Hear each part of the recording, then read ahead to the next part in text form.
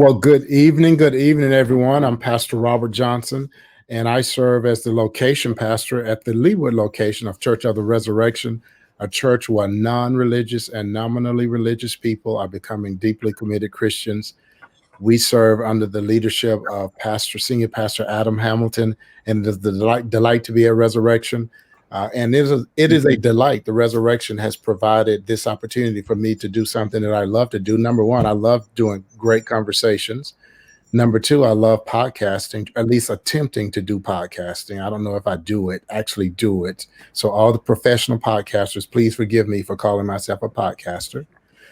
And I love to have conversations with my dear friend, Dr. Shana Mashego, and she is back with us. I've mispronounced her name a gazillion times, and she's so forgiving, so forgiving. And so just so thank you so much.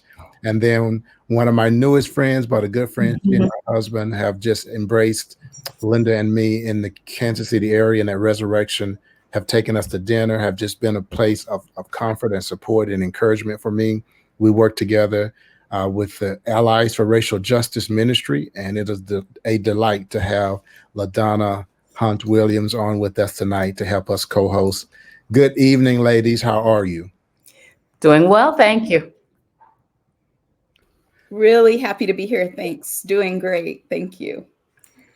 It is so good to see. I see several of our friends already on. Thank you guys for coming on.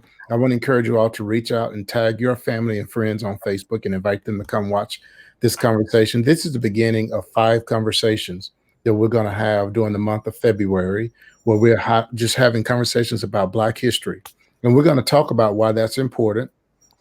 We're going to talk about why some people think that reviewing or looking at Black history is not important. We're going to talk about that even tonight, and then give you an alternative way to think about that, and to make an argument to you that reviewing Black history is important for all of us. For all of us, you don't, whether you're Black, white, whatever, no matter what race or ethnicity you are, no matter what your religion is, if you're an American, if you're a human being, you should care about Black history, and we'll talk about that and why that's important.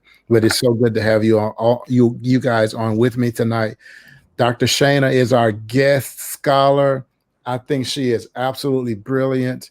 She is a musicologist, anthropologist. She is an ethnomusicologist, which means that she has a PhD, has done extensive study in music with an emphasis on the African-American tradition. I'll let her say a little about a project she did a few years ago, where she basically did a recording of several of the major hymns in Christian history, and talk about what happened with that project.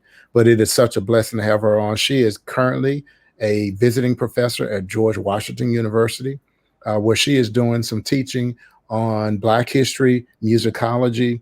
Particularly, she's focused on the Black music tradition from the earliest days of Black music, the earliest knowledge of Black music in America, up to the current time in terms of hip hop and some current music trends that are happening. We'll get a chance to hear from her a little about that as well. And then, of course, LaDonna, let's take a moment and tell folks what is Allies for Racial Justice, what that ministry is all about, some of the recent projects you guys have done, and why this is important for you.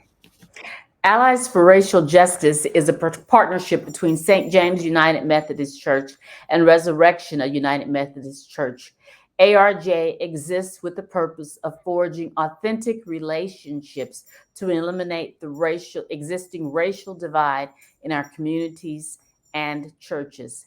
It was established in 2016, and the senior pastors of St. James United Methodist Church and Resurrection led the formation of ARJ out of a determination to transform our congregations and our city into a place envisioned by Jesus, a place where all sisters and brothers in Christ care for and empathize with one another. We do a variety of educational and awareness activities, and we try to build relationships between the congregation so that we can work together. Our most recent, well, I won't say our most recent, but we went to the Play North the musical last weekend. We have had small groups, oftentimes, usually around the works of Dr. King and his sermons.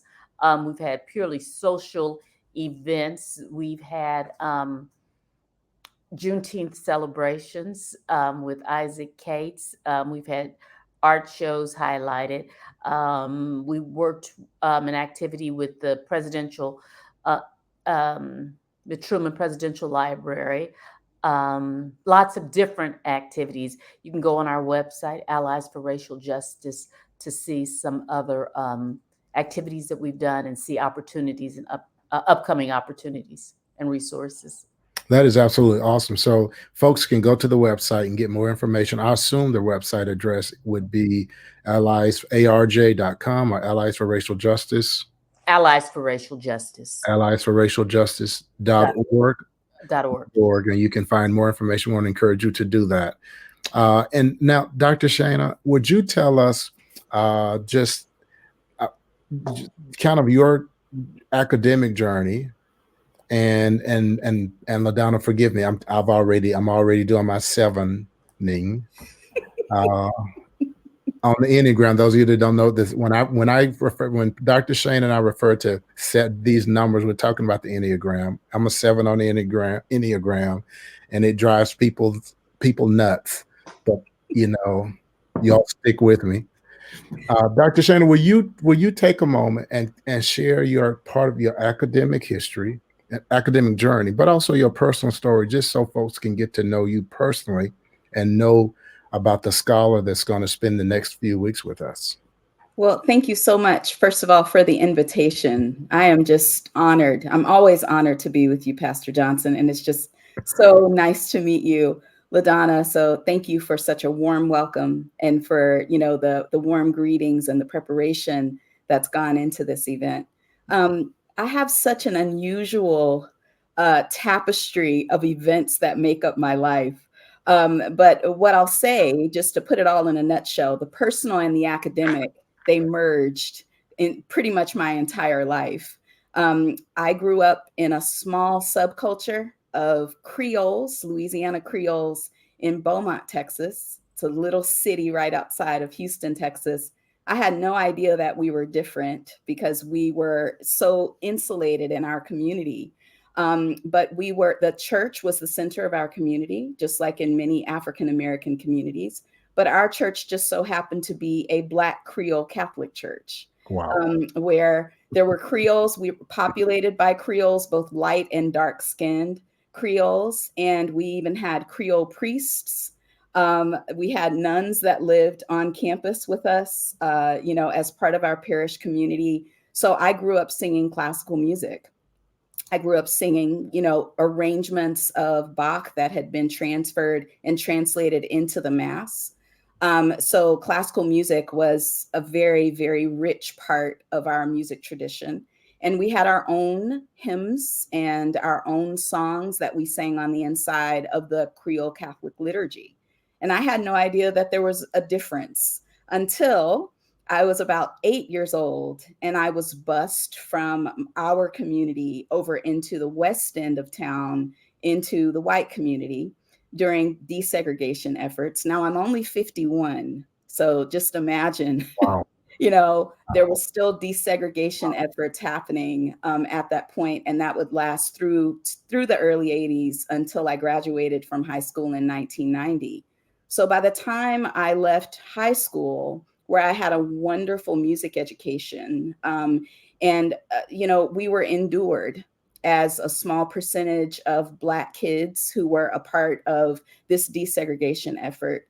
We were endured during school. So by the time I finished high school, I was starving to find out who I was as an African American. And it was then that I found out that I was also a member of a subculture, where there are only 2 African American subcultures in the United States, and that's Creoles and Gullahs. And so my family is Creole from top to bottom. So I didn't realize how unusual we were until this desegregation effort. And then God made the decision for me that I would go to one of the best HBCUs on the planet, Texas Southern University in Houston, Texas. And that's where I found out who I was. And I started to really understand the narrative, not only of the African American, but also of the African American woman. And so that would shape and inform my interest in trying to understand what othered meant and trying to understand what race meant. And so that information and the formation that I received at Texas Southern University would lead me to just a hunger and thirst to find out as much as I could about African Americans, our history, our compositional output, our musical output, our churches, everything that I could figure out about us. I'm still curious and still excited to this day as I uncover more and more about us. Amazing stuff. Just to give context to your comment about desegregation of schools, you're 51. I'm 6 years older than you. I'm 57. I started first grade in 72. Schools that were already desegregated in Columbia, Mississippi. So you're talking about at least 6 years later, maybe more. I don't know what grade you were when they finally start busing you guys to integrated schools. That's 6 years after. So that just goes to show you, folks always try to paint this picture of Mississippi as if Mississippi was the absolute worst. And there were horrible things that happened in Mississippi, but there were horrible things happening everywhere. Dr. King found that out when he went to Chicago, to a northern suburb in Chicago, where he made this observation that he had never been more fearful of being hurt or killed than when he was in Northside Chicago. But of course, Mississippi gets the label. But thank you for that. That's great information.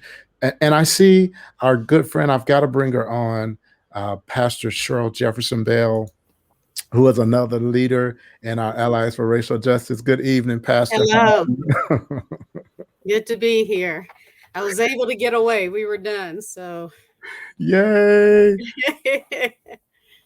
Cheryl, just take a moment and greet folks. Just say hello to folks, and then just say a word about why, and for you, this our study and our examination of African American history is important. Why is it important for us to do that for you? Well, again, I'm Cheryl Jefferson Bell, Service Pastor of Community Justice at Resurrection, and I am one of the supporters of our Allies for Racial Justice that falls under my umbrella. And I was excited to learn about this opportunity to share about our Black history because I'm being reminded daily that if we are not reminded of where we have been, we are destined to repeat. And unfortunately, it feels like, I'm just telling you what it feels like, the possibility of backtracking. And so I'm really feeling the importance of educating ourselves and our people so that we can be aware as we travel this journey together. So thank you. So you've answered we'll take that as your answer to my first question. I am way off script, Cheryl. I sent you the script. That's a surprise, Pastor Robert. I'm surprised. I know you're so surprised that I'm like way off script, Cheryl. I know you are so surprised. Oh, doctor. Amen. Oh, goodness. So let's dive. I want to ask the three of you all, and Pastor Cheryl has given her answer. I'd like to hear from LaDonna and then Dr. Shana. For anybody, I want to take it on multiple levels. So we're going to end up, why is it important for Christians? We'll answer that question last. Why should Christians care about Black history? The third question would be, why should Americans care about Black history? The second question is, why should anybody, why should any American care about African American history? But I want to start here. Why should any human being? Why should absolutely any? If someone's watching this broadcast from across the globe, why should any human being care about the history of any group of people? And Cheryl, thank you for she's kind of dug into that. LaDonna, Dr. Shana? Why? I'm not going to answer all of that, but we're human beings, so we ought to care about each other and what makes us the kind of human being that we are. I mean, that's just a given. And then extend that beyond Christianity, which compels us even more so to care about all human beings. I posted today, my undergraduate degree is in history, history in Missouri. I mean, I got it in Missouri, so that says a whole bunch about what I learned and how I learned.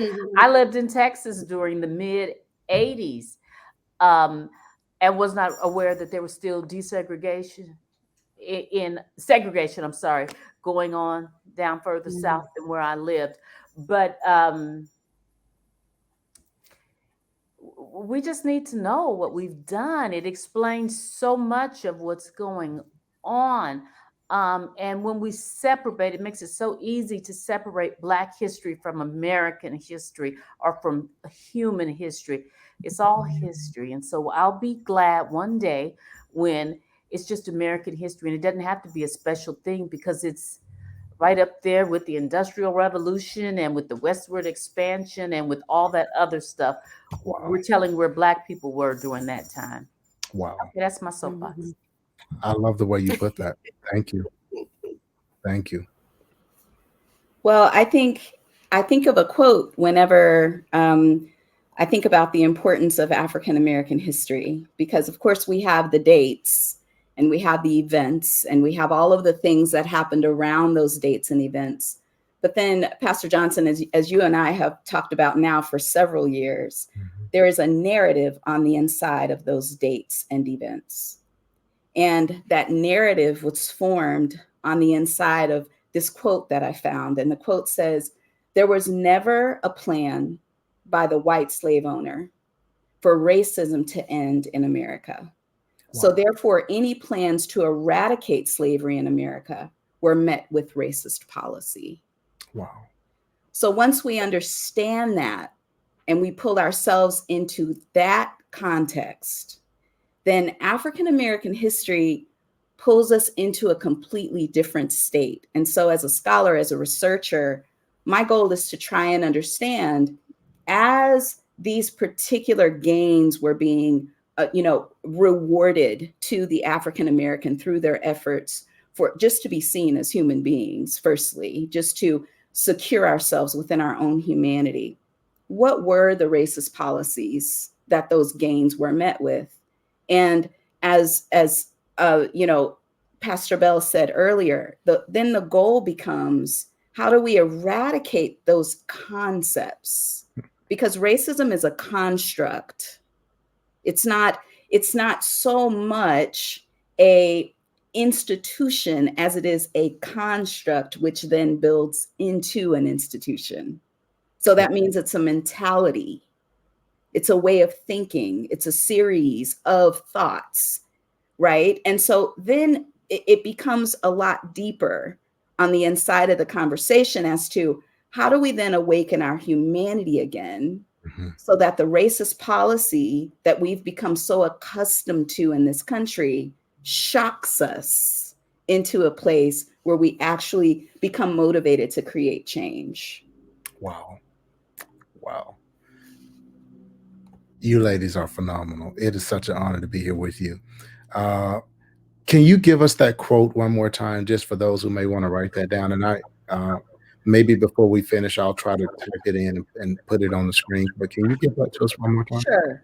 So there was never a plan by the white slave owner for racism to end in America. So therefore, any plans to eradicate slavery in America were met with racist policy. And so we have racism and then we have slavery. You can't separate the two, because slavery was built upon a caste construct, right?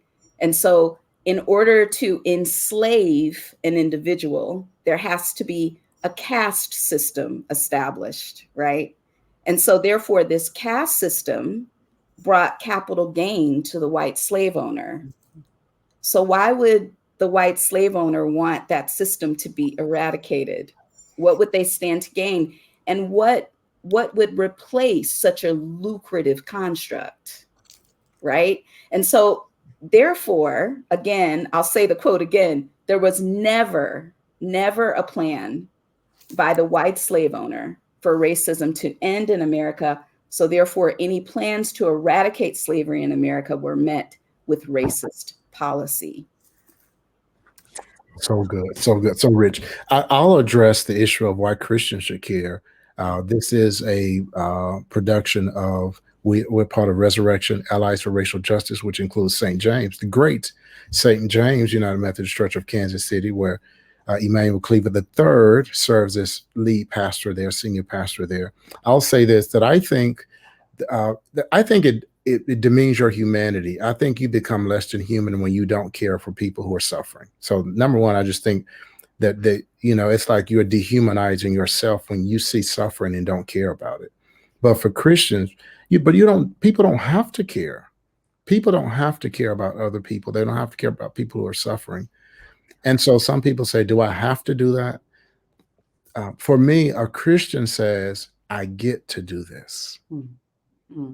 That's what distinguishes me as a human being, is that I do care, is that I express the love of God for people. We're talking about love. Pastor Adams is on a series right now where he's talking about love. And this weekend, by the way, those you are watching from Resurrection, make sure you're there, because he's going to talk about how agape love through us, God loving the world through us, can change the world. Mm-hmm. And so we get to do this. And the other end of that is, and this is one of my favorite quotes, I think it's by Carl Jung, but he says that being loved, being listened to, feels so much like love that most people can't tell the difference. That one of the best ways to value a person's humanity is to listen to their story. I think about Glide Memorial Church in San Francisco, where Dr. Cecil Williams served for many years. He's retired now, but they did a Thursday night deal where they would have people. So that was in the Tenderloin district where there was prostitution. It was the crack epidemic really destroyed that community. And they were right there in the middle, just saving lives. But they didn't do it so much with religion. They did this Thursday night event where they will allow people to come off the streets and stand before them and tell their stories. And just in the telling of their stories, with empathetic hearts and ears, their lives begin to change. And I think that's what happens. I think that a lot of healing could take place between races if people would just listen to care about so part of what we're doing is saying to African Americans is that you matter, you care, your story matters, and that in itself is transformative. So that's one of the reasons that I think that's important. And I want to celebrate Resurrection and St. James, two churches that don't have to engage in caring for people who are outside of their community, who could be self-sufficient and turned inward. But both churches spend so much of their resources and time caring for the least of these in our society. And it's such a wonderful thing to see. LaDonna, will you take the next question and point it towards Dr. Shana? Dr. Shana, what do you think about the current movement in America to exclude Black history from the teaching of American history? And how can we counteract this movement? Okay, so I'm going to meet that question with another quote. This is actually one of Pastor Johnson's favorite quotes of mine, and it is, "Since the inception of racialized chattel slavery in America, through to its abolishment and removal from Americans' legal infrastructure, there has not, nor has there ever been, a post-slavery recovery plan for the African American, neither on the state level, within any state of the union, nor on the United States federal level." And so the whole this push toward trying to somehow soften the history of the African American in America is typical, being that this caste system is still very well established in our country. While we have made wonderful gains, I am the first African American to be a visiting professor at George Washington University specifically as a teacher of African American music history. So there are those gains, but it's 2023 and I am the first. Yeah. right? So these concepts, right, that we have that sit on the inside of this, well, there is equity. We can see that there are equitable opportunities for African Americans. All of that is simply a drop in the bucket compared to the beauty and unbelievably spiritual experience of really learning the narrative, not just the dates and the stats and the times and the amounts and the numbers and all of those things. While those things are extremely important and they are a part of the narrative, the most important thing is the narrative in and of itself. And so if we can't even get to a place where we're free to disseminate the numbers and the dates and the times and the stats, how will we ever get to the narrative? And the narrative is the effect of those events. Yeah. And the effects that those events have had on us as a whole, as African Americans. So we must continue the fight to ensure that we are freely and positively and intelligently telling our story, and that it's a clear story, that it pulls people into a space where they feel comfortable enough to learn and to hear. And even if they're not comfortable, they lean in anyway. We have to continue the work to compel them to learn this story. I think it's an atrocity that continuously happens within the American history, where we constantly try to soften the blow of the actuals related to African American history in this country. Wow, such great stuff. Such great stuff. Pastor Cheryl, and this is not on our script, but if I can put you on the spot for a second, will you talk about brilliant in your own rights?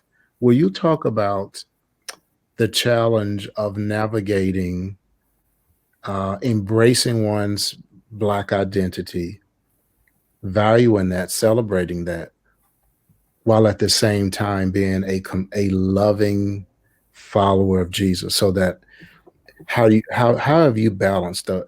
Because some people become so, if I could say, pro-Black that they burn bridges with other people of other races. But I've seen you have this way of embracing who you are, but at the same time, people feel so loved in your presence. Can you talk about how you've navigated that? Ooh, I have a confession on my board back here.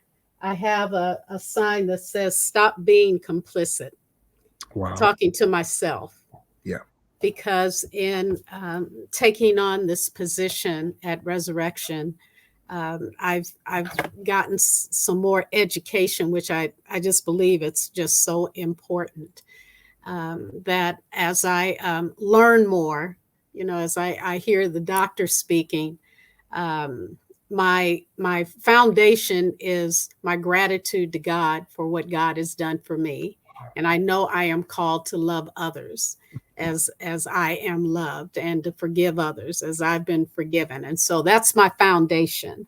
And so I operate from there. When I grew up, my aunt, who was really a cousin, was like a mother, taught us that we are to treat all people, right. We're to love them and to care. And so I have naively, I think most of my journey has been being naive as far as how I have interacted with people, because I believe God really wants us to love. And I still believe that.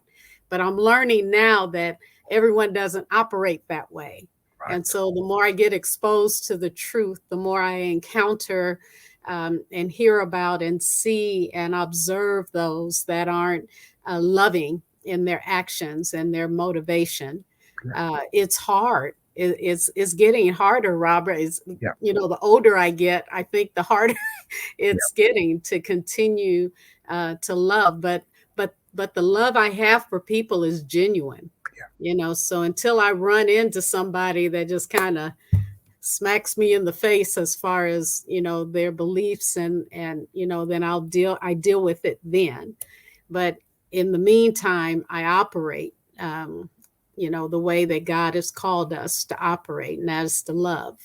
And so I'm going to keep on doing it, but I'm going to educate myself. I'm going to, just hearing what the doctor said about the connection between racism and slavery and not having the chance to get a foundation, economically, rights wise, it's like, yeah. And I heard I think it was he was being questioned, Dr. King, about reparations. And as I was listening to that, in the past, I had, I thought about it. I said, well, I'm doing fine, and I'm doing okay, but to listen to, we haven't had a chance to develop a foundation in America. And so it's like, yeah, that's making sense to me, but that also is causing some fear in me, because as I start, realize, oh, this is the reality, so what am I going to do? Yeah. I'm telling myself I have to stop being complicit. I'm going to have to start speaking up more. Yeah. It's a tough place to be in right now. Tough place to be in right now. It is. It is a tough place to be. One of the reasons why I find Resurrection so refreshing is because I find a community of people where I'm finding people who are willing to listen, Mm-hmm. people who are willing. The fact that we're having this conversation tonight under the banner of Resurrection represents that there is a community of people who are saying, we've got to wrestle with these issues. We've got to deal with these issues. When we finished the Strength to Love class, when we went through Dr. King's book of sermons, Strength to Love, led by LaDonna and Pastor Cheryl, when we finished that book, people were saying, our white American brothers and sisters were saying, what's next? Mm-hmm. Like, this isn't enough. And so I needed that, Cheryl. Like at this point in my journey, I needed resurrection. Resurrection is healing me because I was beginning to feel deep despair about, I was feeling deep despair about the local church. I'll be honest about that, about the local church. But I was also feeling deep despair about the capacity of Americans to really want to deal with the race problem, to make an attempt to try. Like, are we just everybody's just going to run to their tribe and tribe up and get ready for a war? Like, is that where we're headed? And so I needed to know that there are people who are living beyond that. And I find that in Resurrection. And I find that in you, Cheryl, oh, bless you. as being in this community and leading the way and impacting so many lives. Let me ask you, I want to spend some time and just prepare you guys. We're going to spend a good deal of time tonight, about 10 minutes, just talking about books, movies, places that you think are important for people, that you would recommend to people if they want to learn about African American history. Over the next 4 weeks, we're going to take an amazing journey. Dr. Shana is going to lead us. We're going to talk about the 20. I don't know how many I've changed the number. Every time we do this, I change the number. First, it was 15. And then when we did the podcast, it went to 20. And then halfway through the conversation, it was 25. Cheryl, it's like she just, like, the number changes. But like the what she, in her opinion, I mean, we probably would all create our own list that would be somewhat different. But what are the top 25 most important moments in African American history, like the turning point moments that were like that turned the dial of destiny for us? And then we're going to talk about the most important who we think are the most important personalities.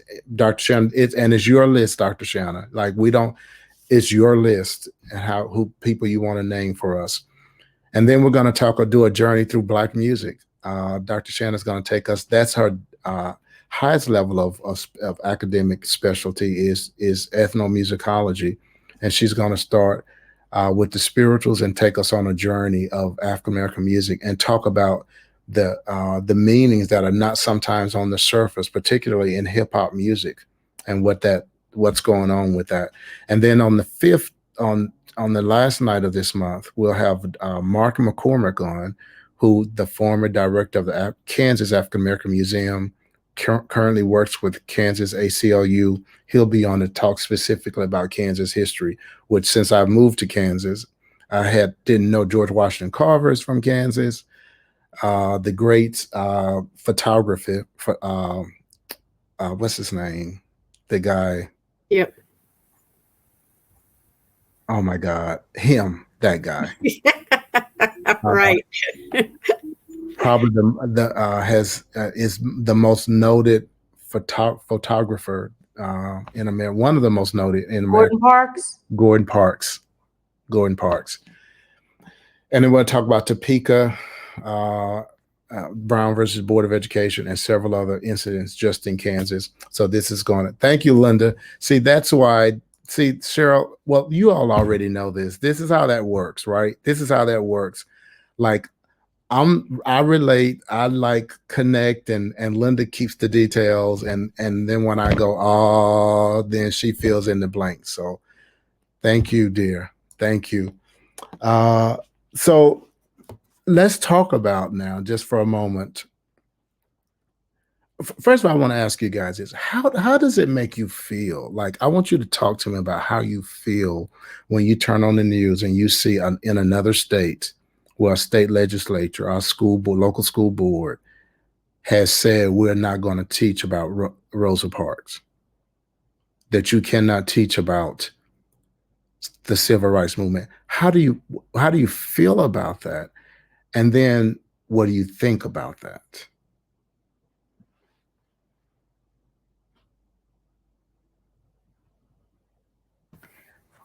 I'll go. Pastor Cheryl, it resonated with you. I grew up a certain way and thought, okay.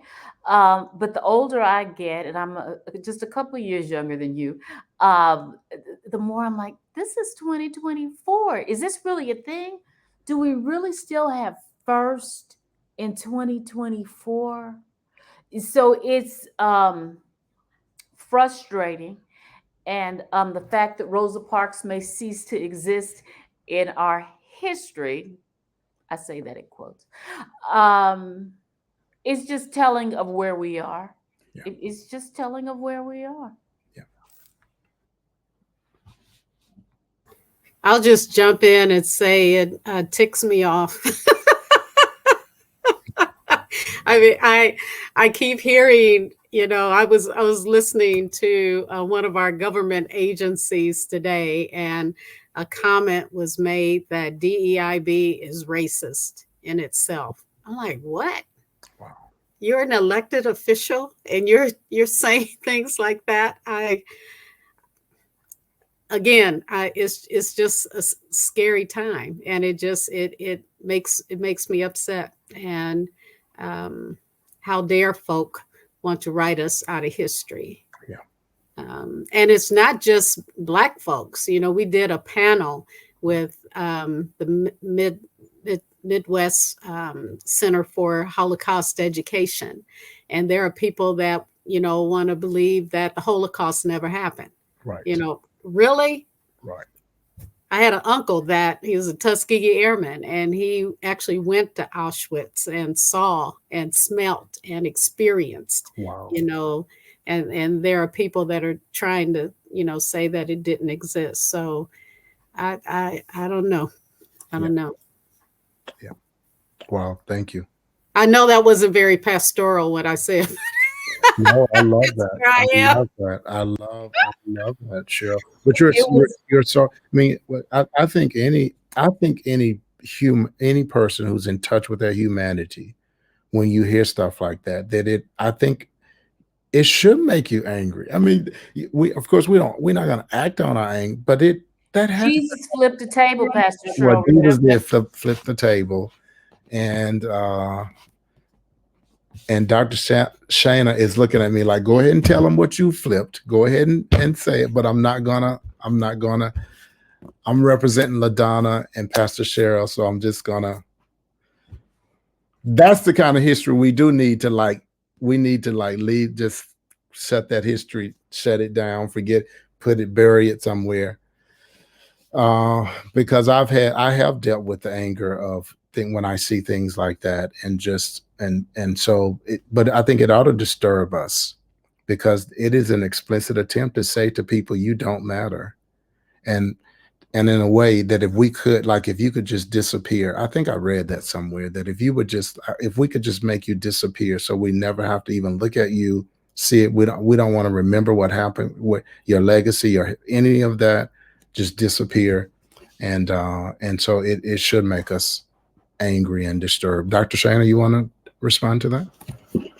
Well, I don't know. So much of the calling that I have on my life is to aid people in understanding the history. Yeah. So it doesn't surprise me at all when I find that these kinds of things happen, because here it is.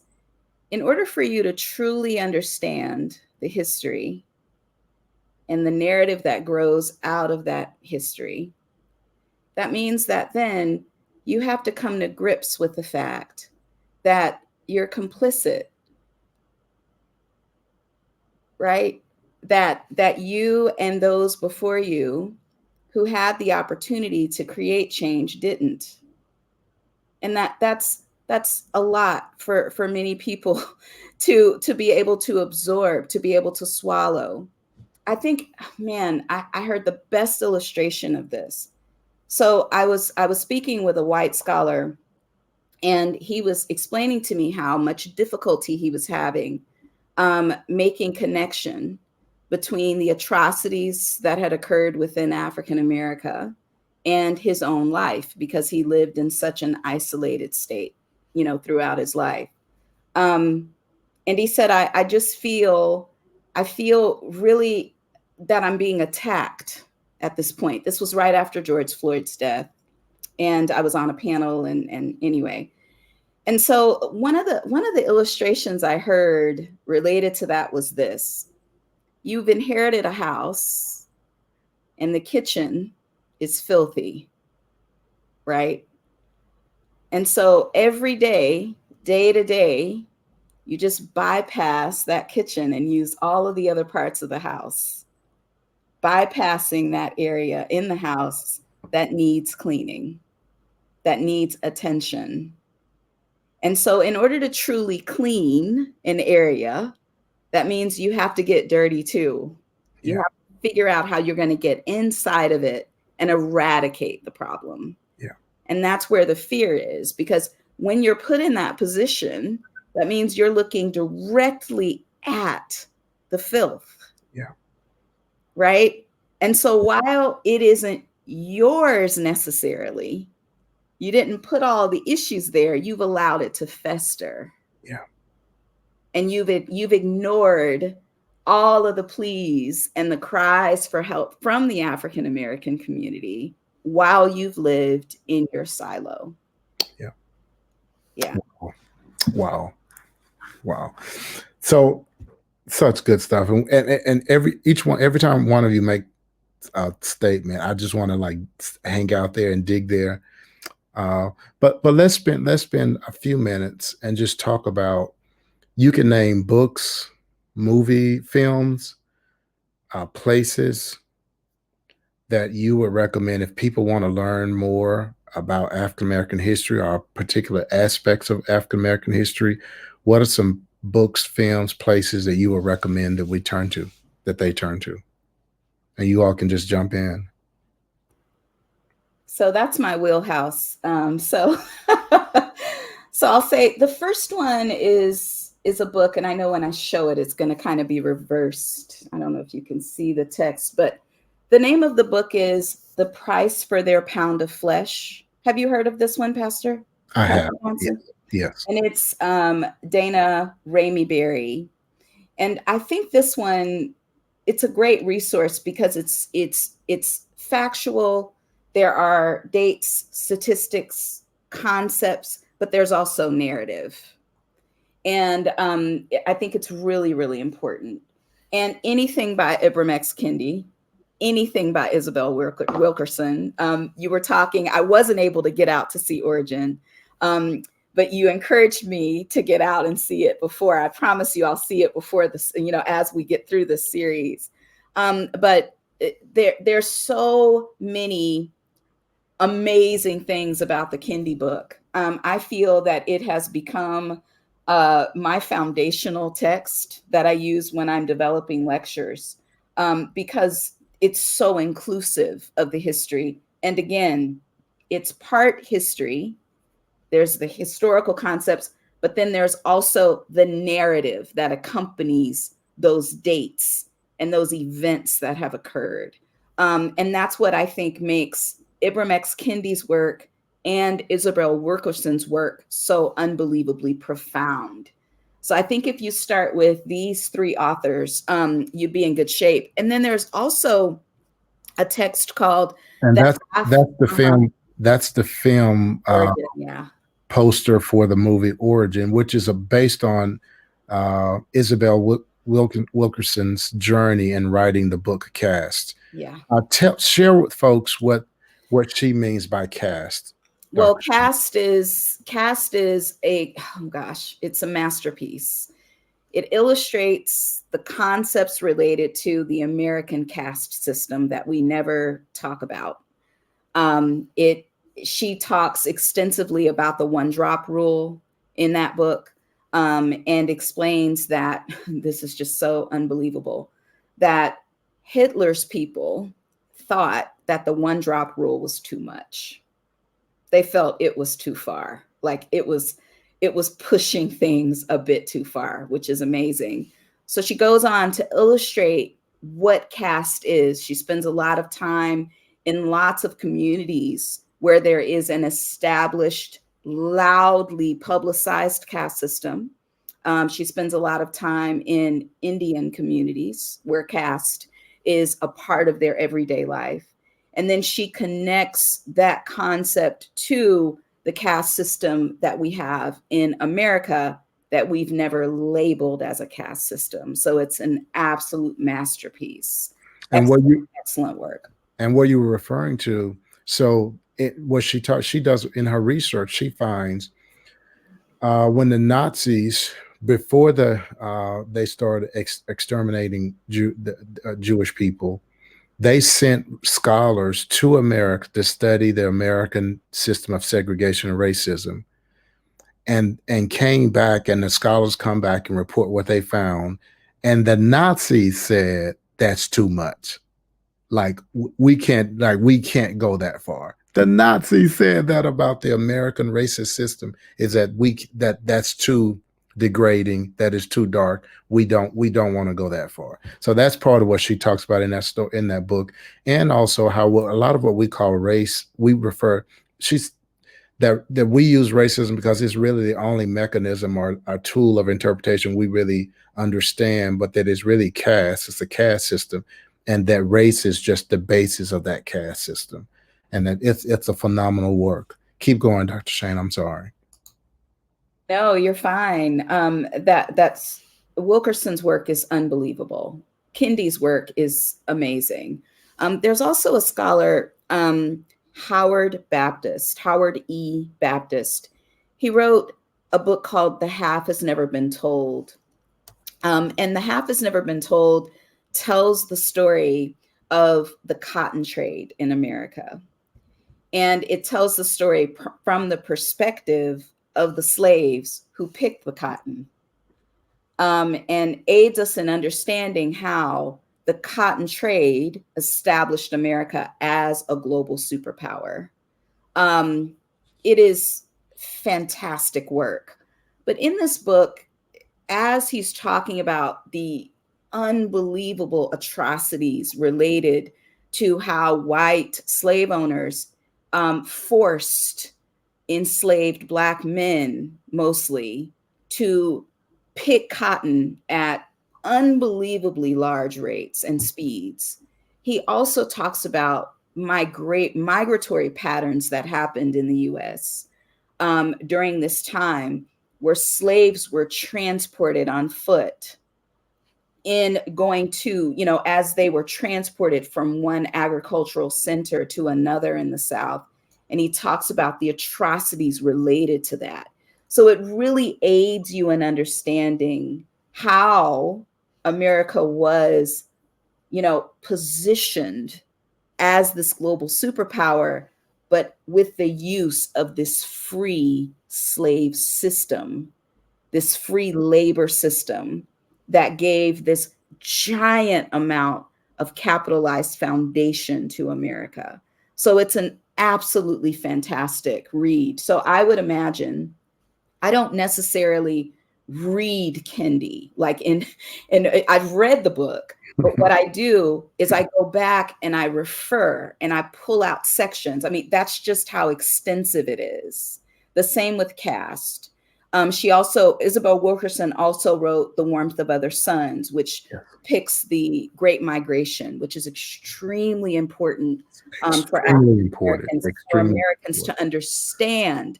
The Great Migration would be the first opportunity that Blacks would have to express who they were creatively. That's the Great Migration brought us jazz, right? That's right. So there's just so much on the inside of those four authors, and I would kind of park myself there. For our, I read and reread and like to go back and refer to D'Angelo's work. I mean, over and over again, White Fragility, because it aids me in understanding how to speak to white church leaders who give me a call and ask for, conversations. But White Fragility is just fantastic, just a fantastic read. So there are all of these great resources that pull us not only into a space where we get the historical concepts and the statistics, but we also get the narrative, which is extremely important for us to round out our understanding in a balanced manner. Super phenomenal. So we'll, Dr. Shana, if you'll send me that list, and then next week we'll have picks that we can put on screen. We'll have all the information. So folks, if you missed that information, you were trying to write down the information Dr. Shana was giving us, we'll have that information for you, and we'll put it on screen next week. I want to go to Pastor Cheryl and LaDonna and just talk about what are some books, films, places that you would recommend for folks. The first thing that came to mind for me, I went off screen to come back. I was able to participate in a civil rights trip, and we went to Alabama and Mississippi and encountered the Equal Justice Initiative Museum. And one of the things that I got there was a calendar, a history of racial injustice. And they even have a resource online that you can get a daily email where they look back in history every day on things that happen in our history that has happened to different races. So like for today's February 1st, and it says 1965, Dr. Martin Luther King Jr. and more than 200 others are arrested and jailed after a voting rights march in Selma, Alabama. It's a reminder of, what we were talking about, our history. And so it talks about the lynchings that have happened, about laws that have been passed, about movements that were started. And so that's been something that's been helpful to me, to help keep me aware and to understand and know this history, from whence I've come. So I would offer that up. That's awesome. And those are great places. I'll create a map and a list of those places as well and share that with you all in the coming weeks, that if you want to do a tour of these places in the South, Deep South in particular, Mississippi, Alabama, Georgia, that we'll have a list of those places for you. Phenomenal places. By the way, Mississippi has built a civil rights museum. That's phenomenal. That's absolutely phenomenal. London and I have had a chance to visit it twice. There's a section of that museum that has a memorial to all the folks that are known. These are known lynchings. Okay, so half were never recorded, but these are known, hundreds on top of hundreds. And they give the reasons why they were lynched. So in some places, it'll say this X person was lynched on this day for this reason. And then you'll see 2 days later, another person in the same community was lynched for talking about the previous lynching.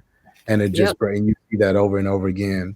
And so that's one place that I would recommend. By the way, there may be a possibility we'll get a chance to take some folks on a tour there. LaDonna, you want to share?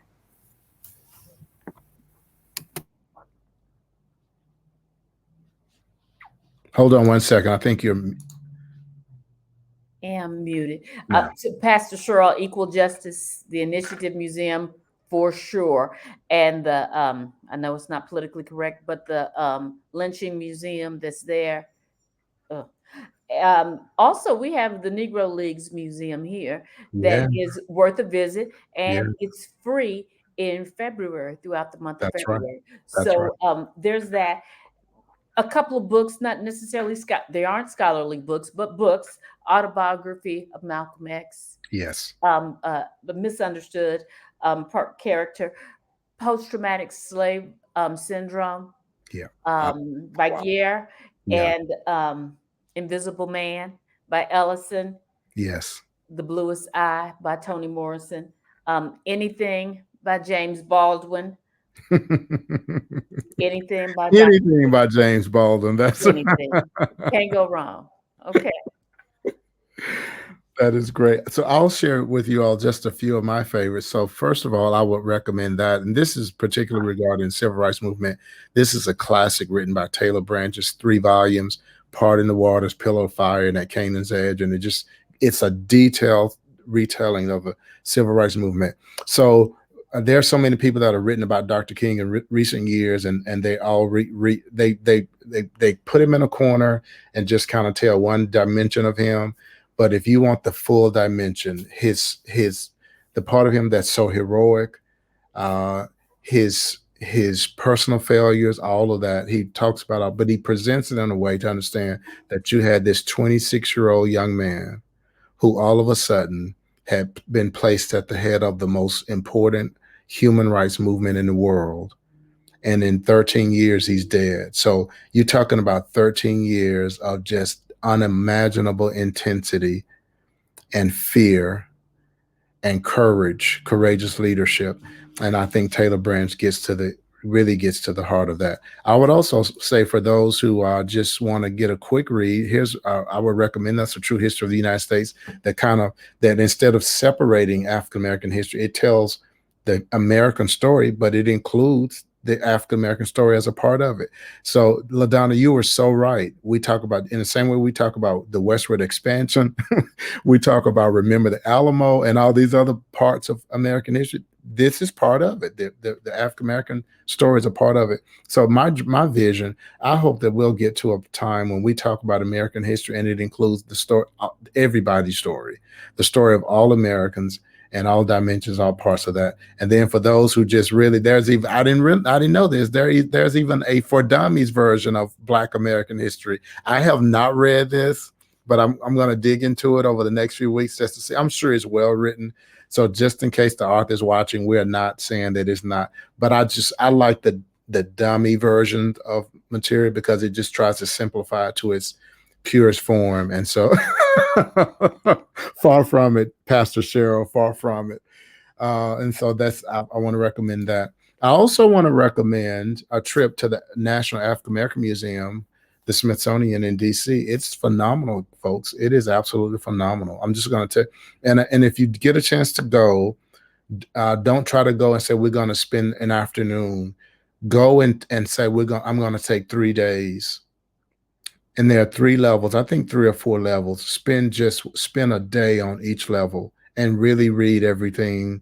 It is overwhelming. It is so amazing. And they're continuing to add to it. The Emmett Till exhibit every time I've gone, there's always a line to get in to see the Emmett Till exhibit. It's like you just have to go see other stuff and come back to it because the line is always long. And that gives me a chance, Pastor Cheryl and LaDonna, to brag on Resurrection. I didn't know this. So I had been at Resurrection for probably, this happened, I think in October, early November. Dan and Twistle was giving me a tour. We were talking about the window. So Resurrection has the largest stained glass window in the world, I believe. and it was designed by the father of. There was a particular way you design glass, and there's one guy who's the father that he helped to design this window, and it tells the story of the church from the garden, faith Christian history from the Garden of Eden, and then it tells like the 20th and 21st century. Just has great, and you see, of course, there are folks like Harriet Tubman, Frederick Douglass. You see Billy Graham, Mother Teresa. But I didn't know this until Dan was giving me the tour. He says, you know, Emmett Till and his mother in that window, right? And I literally started crying. I'm like, I cannot believe that I'm all the way in Kansas in this church in Johnson County, and that these people are the ones who value the story that really shaped my childhood. I didn't know the name, but Linda and I grew up with adults telling us as kids, don't misbehave because you don't want to happen to you what happened to that kid up in North Mississippi. We grew up hearing that was used as and then we discovered that's Emmett Till. So for me to stand in the sanctuary of resurrection, and Dan says, yeah, look, see, and I look and I see Emmett and his mother in that window, and that resurrection says this: you can't talk about church history. You can't talk about the history of the Christian faith and not talk about Emmett Till and his mother. It just was overwhelming. So one place, those of you that are watching from other places, you should come to Kansas City, come to Leawood, Kansas, come to Church of the Resurrection, just so you can see this window. By the way, that's a film. Cheryl, maybe you or LaDonna can say more, because I don't want to start talking about the film and get information wrong, but there was actually a documentary done about this stained glass window. Holy Fritz. Holy Fritz. Look it up. So let me see if I can type that in, and if it's not right, so let's see. Holy ITZ. I believe FRITZ, I think. I believe that's right. So you look it up and you can see that we think there's a possibility that the film may be up for some film awards, but it is Frit. Just Holy Frit. Fritz. Debbie told us, yeah, Frit, not the Z. Okay. Thank you, Debbie. It's a T. Yes, that. But you've got to go see it. If you get a chance, you got to see this. It's just a phenomenal story about that window. So I've recommended, Cheryl. So we were the guy who did the window. He was there the night that I saw it at a local AMC, and so they did an open Q&A, and I threw out the recommendation. Hey, that needs to be an entirely second documentary that tells the story of the people in the window. So the first movie is about the making of the window, but there's an amazing documentary that can be told about the story in there from the Garden of Eden all the way through, and then right over on the edge of the window. And I love the way this is a true story. So the window was done, pretty much all the pieces were laid out, and then Adam goes, oh, we got to put Rosa Parks in there. And so they're like, there's no more space for us, Dr. Shana. That's like Adam's not a 7, but he can do 7-like stuff, right? So they've designed this window, Dr. Shana, like it's done. And Adam says, we've got to put Rosa Parks in. And they found a way to put her in. And so that is an amazing story. And that means everything. I think for any African-American who if you're feeling despair, as we go into this election year and you need to feel some hope, you should make a trip to Kansas and see this window and meet these people, and you will be encouraged. Dr. Shana, I want to give you the 5 minutes, and this will be our last thing. Just give us a preview of just kind of some things you want to pour into people over the next 3 weeks.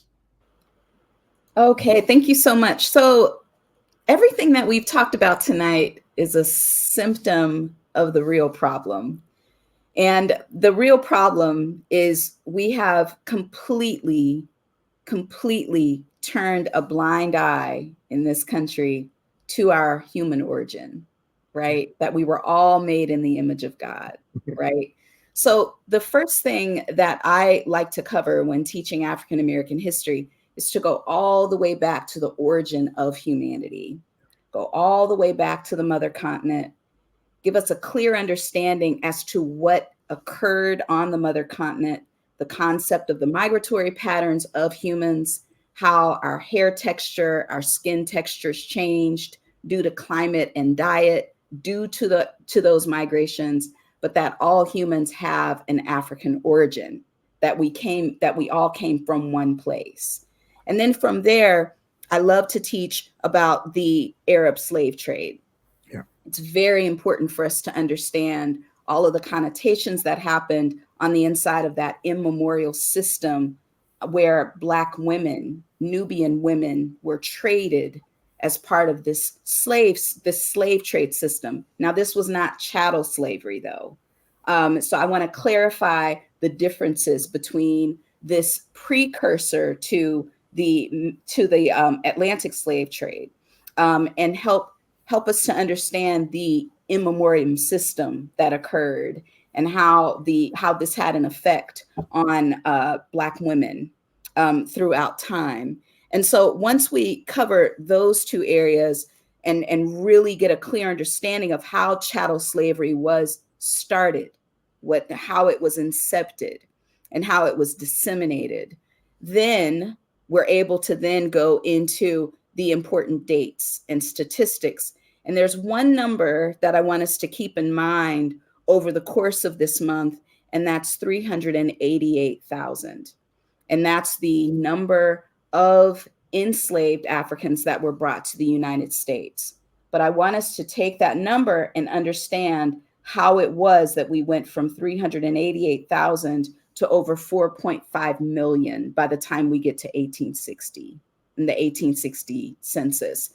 And what happened? How was that even possible that there would be so much population growth, and why there was so much population growth? Once we leave there, I would love to connect that to then the areas of disparity that Pastor Johnson, you and I have talked about over the last 4 years, and that's education and disproportionate incarceration and healthcare and housing and finances, and how they're connected, how it becomes like this perfect, very sick storm on the inside of the African American community when one area connects to the other, and how residential space determines all of these other areas of disproportionation. And so then I would like for us to end with the concept related to silos. There's a lot of research being done right now within the academic community on the inside of society and culture about silos and how dangerous they are on the inside of a community like ours. One of the things that I also want us to keep our fingers on, if we can keep our fingers on the pulse of this idea.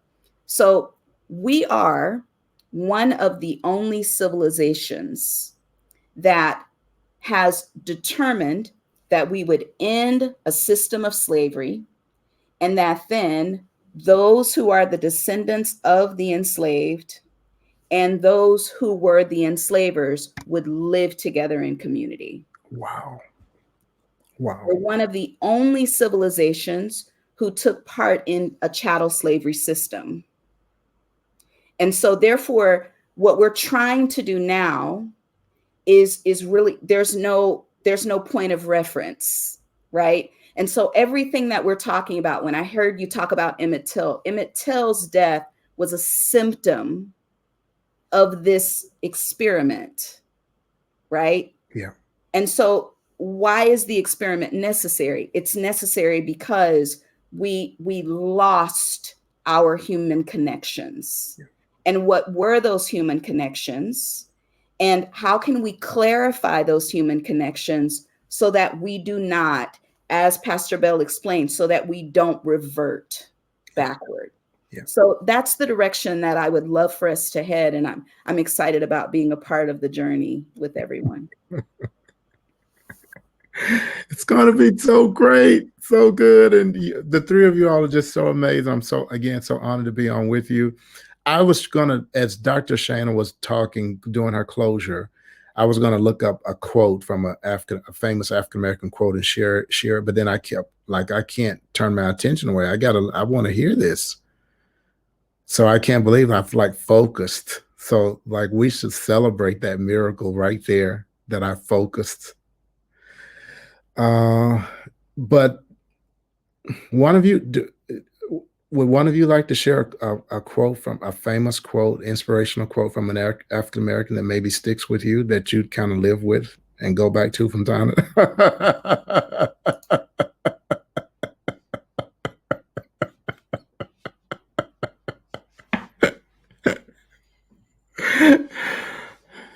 All right, y'all are ganging up on this poor guy here. This is a comment. Holy Fritter is an amazing movie. The process was amazing. Holy Fritter, a documentary by Justin Monroe. That's right. I thought it was Justin Moore, but yes. One of y'all want to share a quote? Dr. Shana, I know you have one. Well, I love this concept from D'Angelo, where she explains that racism as a practice is not restricted to bad people. Wow. Right? And so therefore, racism in America demands that we create new rules of engagement.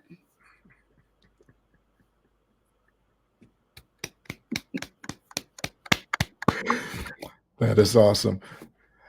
Thank you, all of you all that tuned in tonight. We'll be back again next Thursday night. This is recorded, and our XP team, experience team, Resurrection Experience team, will do some editing and take snippets of this conversation and share those. You can see that on YouTube and probably, I think, through the Resurrection Facebook page. You can go to core.org and look for podcast stories, and you should be able to find that. Thank you all so much for tuning in. Hey, tell folks about what we're doing here, that you have 4 people who love God, first of all, but who love the church and who think that it's important for us to value a story that is being diminished and overlooked in our shared history. And we think that this is an expression of the love of Christ to show value for people. So thank you all for being a part of our conversation tonight, and we'll see you next Thursday. By the way, the music at the beginning was the music of the amazing Isaac Cates, a song written by Isaac that they performed at the Affirmations concert. So every Thursday night, we're going to play a little bit of Isaac's music. So you can hear that. You can find Isaac's music on any music platform, Spotify, Apple Music, anywhere else. You can find Isaac's music. You can also find snippets of the Affirmations concert at core.org as well. If you go to the Resurrection Facebook page, there are actually some posts of that concert that were posted today of Isaac and the choir. And it's just, when you see it, it looks like 1,000 people in a choir stand, and the music is so fabulous. And Isaac is there doing Isaac, this classically trained musician who can do any genre of music. I can't wait for he and Dr. Shana. We've already talked about connecting the two of them. We've got to make that happen. I'm glad. Look, Sarah, I'm glad Debbie Nixon is on, because Debbie, we need money. Debbie, I'm sorry. That will not happen again. Debbie. But thank you all so much for tuning in, and we'll see you guys next Thursday. Dr. Shana, thank you. We'll see you. Thank you, Pastor Robert. Thank you, Dr. Shana. Thank you. Thank you, Pastor Cheryl. Thank you, LaDonna. Thanks so much to all of you. Thanks so much for having me.